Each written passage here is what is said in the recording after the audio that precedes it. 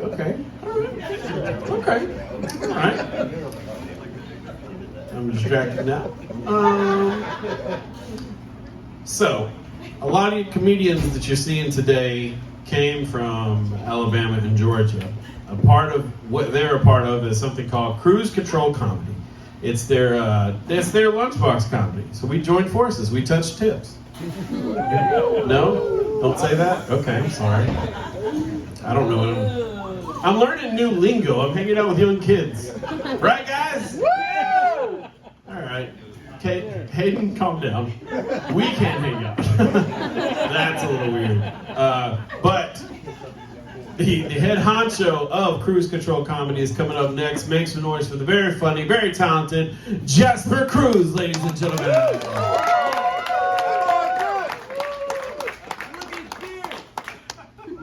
Y'all keep it going for Jeff, everybody. I love Jeff because he reminds me of one of those really expensive pit bulls that people sell on Facebook. It's fine, guys. I look like I sell off-the-market vapes. Like I look like I work at a vape store in Grand Theft Auto. Just like this guy right here. We're coworkers. I like doing comedy because it's free therapy. Mostly because I can't afford therapy. I had a family member that would say messed up things. It was my dad. He was more of a comedian than I am. For instance, one night, this dude looked at me and said, "Jasper, you weren't an accident. You were a trick." I was like, "Really, Dad? You're gonna do this in the Stevie B's Pizzeria on my 6th birthday? Now I have to live my life thinking my mom's a Batman villain?" And he let me suck on the thought of that for a few years until I was 18, and was like, "You remember when I told you that you were a trick?" Fuck yeah, I remember that. How could I forget? He goes, "The reason why I told you that was because when me and your mom had your older brother, she decided to tell me that she had her tubes tied afterwards." And he believed it. The dumbass believed it. So growing up and hearing how many times I was called a trick, at least I wasn't the dumbass who trusted in Asian prostitutes. I know that's shocking to hear because I have red facial hair. But like I grew up in Alabama, and when these kids found out that I was Asian, that's all they would say. They would say the stupidest jokes, like, "Your mom is just a masseuse that gives our dads happy endings." And I would just sit there like, "Okay, Jake. Your mom works at Wendy's. The next time I see your mom, I'm gonna give her a $5 bill, call her a biggie bag bitch, and go on with my day." At least when my mom gets tipped $5, she's doing something she loves. Yeah, my parents did not do a good job. They used to let me watch like the craziest things on TV. Like, before I get into this, raise your hand if you believe in magic in here. Fuck everyone who doesn't believe in magic. What the hell? You guys don't remember Chris Angel, the mind freak? See, now all of y'all are like, "Yeah, magic's real." Scientists can't explain that shit. He used to do the most off-the-wall things on like a 2 p.m. on a Sunday on MTV. I remember being 6 years old and seeing this guy on the TV coked up out of his mind like, "Today, I'm gonna be laying on a bed of nails. And I'm gonna let a Toyota Tundra drive on top of me." Guys, he did this. Magic can't explain that. Scientists can't explain that. Okay. Cocaine can. You know what else cocaine can't explain? Pimp My Ride. I mean, look at this. I'm dressed like a mechanic off of Pimp My Ride. Exactly, Exhibit. Exhibit was insane. I remember seeing him on the TV just like, "Ah! I'm Exhibit! Today we got our boy Jeremy, and we heard Jeremy loves to fish." So we took your 2006 Kia Sorento and we put a 50-gallon fish tank in your trunk. And since you love fishing so much, we put a 20-pound saltwater catfish in that bitch.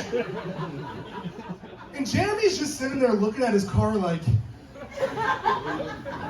fuck. I've got a kid I gotta take care of. Speaking of kids, where my parents at?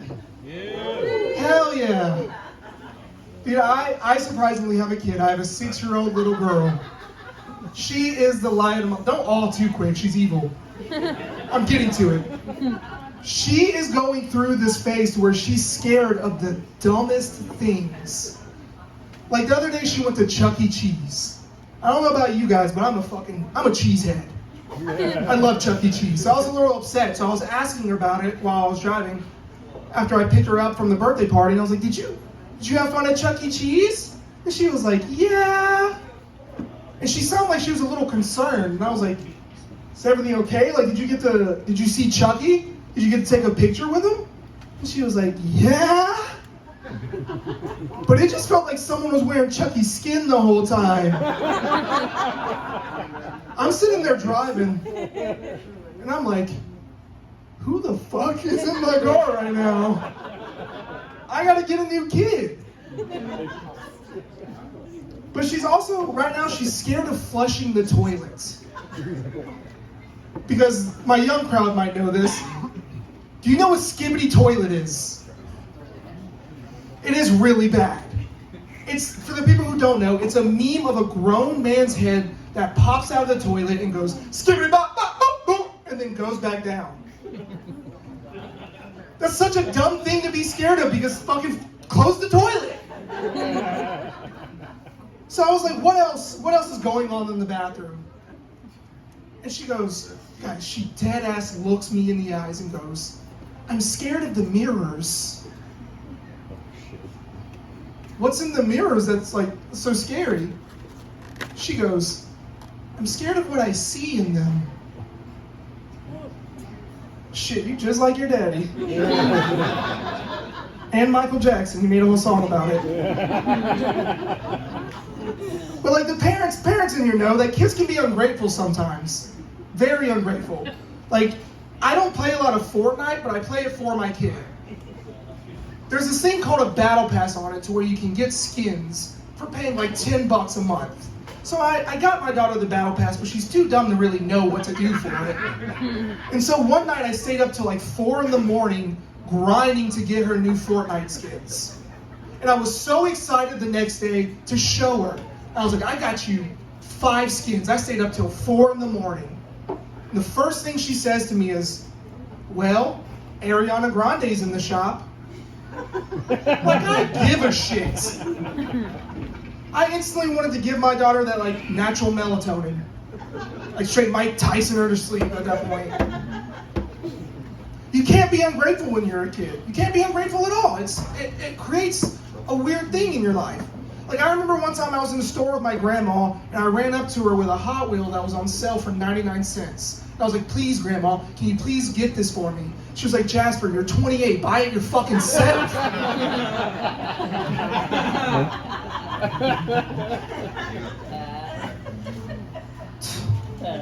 Fucking bitch.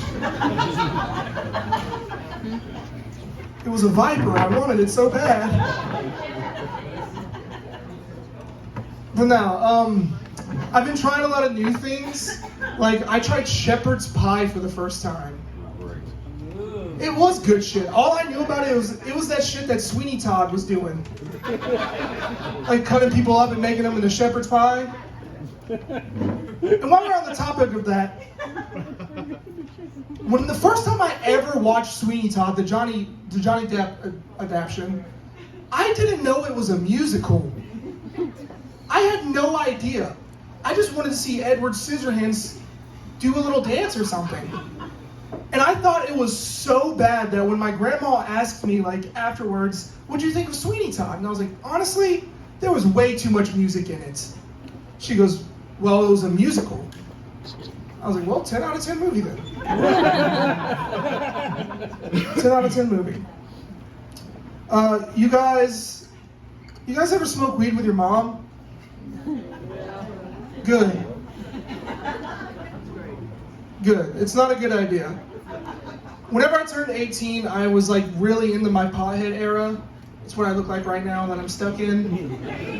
But I decided to like go on a beach trip with my mom, and she asked me if I wanted to smoke with her for the first time. And I was like, shit, hell yeah, that would be cool.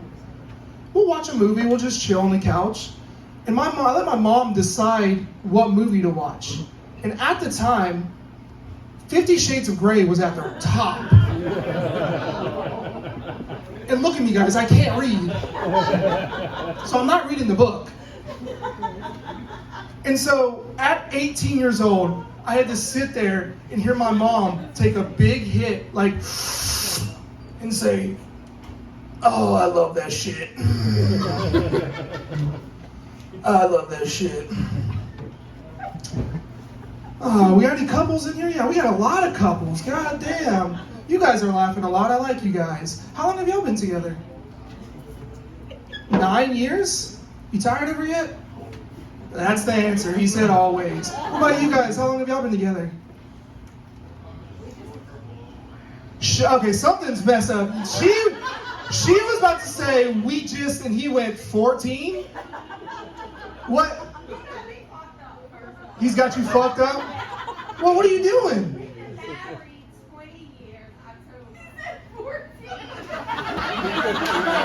My man!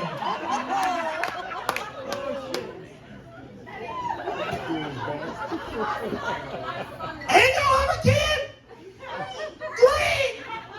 Dog! People said P. Diddy too much. He was like 14. 14, man. Where did y'all meet? You remember? Do you remember that? Grade school? God damn. Been a while. So, we were talking about dating apps. I met my wife on a dating app. I met her on Hinge. Hinge, for people who don't know, it's a unique dating app because you get to like do a prompt and like a picture to answer that prompt, or you can do like a voice message of like a celebrity impression. So I decided to do my celebrity impression, which was Doodle Bob from SpongeBob. And so what really hooked my wife on going on that first date with me was her clicking play and hearing, me my nine. Or it could have been the fact that I sold weed at the time. But we met the first night that we met on the dating app, and we did what every Alabama couple does. And that's smoke weed in the Walmart parking lot. And I got my wife so high at the time in this parking lot that she got so uncomfortable because it was our first date. So, fellas, I did the one thing that will comfort any woman in this situation. Get your notepad out. I just decided to play One Direction. Because I'm 1D till I die. I might go the same way Liam did, who knows?